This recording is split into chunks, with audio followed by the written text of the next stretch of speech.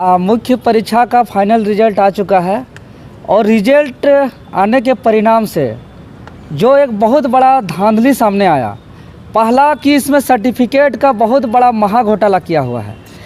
कि जैसे EWS, ST, SC और OBC का इस राज्य के ही जो कैटेगरी है और जिसको मौका मिलना चाहिए, लेकिन बहुत ऐसे अभ्यर्थी हैं जो हम लोग को पता चला है कि बाहर राज्य के हैं और EWS कोटा से उनका हुआ है। के अलावा मार्क्स जारी होना चाहिए था, मार्क्स जारी नहीं किया है कि भाई स्टूडेंट पूरी तरह संशय में है कि हम इतना अच्छा परीक्षा लिखे हैं, मेरा कितना मार्क्स आया, और जो टेस्ट देता था जो रैंक 1, 2, 3 में आता था उसका रिजल्ट आज फेल है, और जिसका रैंक बहुत ज़्यादा नीचे आता था उसका रिजल्ट आज JPSC में है, लेकिन आज मार्क्स जारी नहीं किया। इसीलिए स्टूडेंट को बहुत सारा दुविधा में है, आखिर कैसे किस आधार पर चयन हुआ है। कट ऑफ मार्क्स जारी नहीं किया गया है। दिव्यांग के लिए 7 सीट था, मात्र 3 सीट दिखाया जा रहा है, बाकी 4 सीट कहाँ बेचा इसका कहीं पे कोई अभी तक इससे क्लियर नहीं हो रहा है। इसके अलावा खेल कूद का जो सीट था अभी दिखाया नहीं जा रहा है। जो हॉरिजॉन्टल रिजर्वेशन में 8 सीट महिला का था, ये भी स्पष्ट रूप से पता नहीं चल रहा है। इसीलिए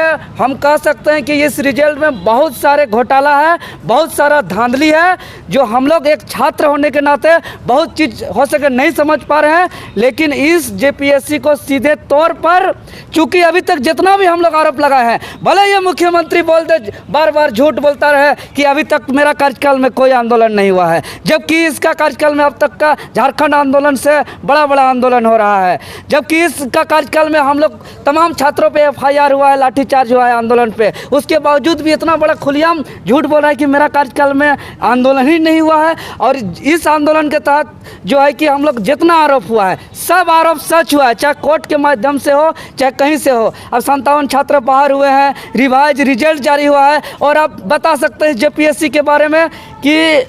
रिवाइज रिजल्ट के मात्र 15 दिन के बाद मुख्य परीक्षा लेता है, और परीक्षा जब जारी होता है तो उसका लगभग 4500 छात्र इसमें भाग लेते हैं, और 4500 छात्र, एक छात्र 6 पेपर देता है, मतलब लगभग 2700 पेपर होता है। और 2700 पेपर में एक पेपर में लगभग 36 पेज होता है, मतलब लगभग 9,27,000 पेज इन लोग मात्र 20 दिन में जांच दिया है। और इसमें जांचने में मात्र 119 शिक्षक को लगाया गया था, और अगर 119 शिक्षक का 9,27,000 पेज जांचने पे हम कैलकुलेशन निकालते हैं तो एक दिन में एक शिक्षक लगभग 11 पेपर जांचा है। तो 8 घंटा जांचा होगा, 24 घंटा का हम निकाल रहे हैं, मतलब 1 मिनट से भी कम समय में एक पेज जांचा गया है, मतलब कि जांचा नहीं गया है। और साथ ही साथ एक बहुत बड़ा पॉइंटेड टू बात कि जैसे हम लोग पेपर 6 का बात करें, साइंस एंड टेक्नोलॉजी का, तो वहाँ पे फिजिक्स है, केमिस्ट्री है, बायोलॉजी है। अब एक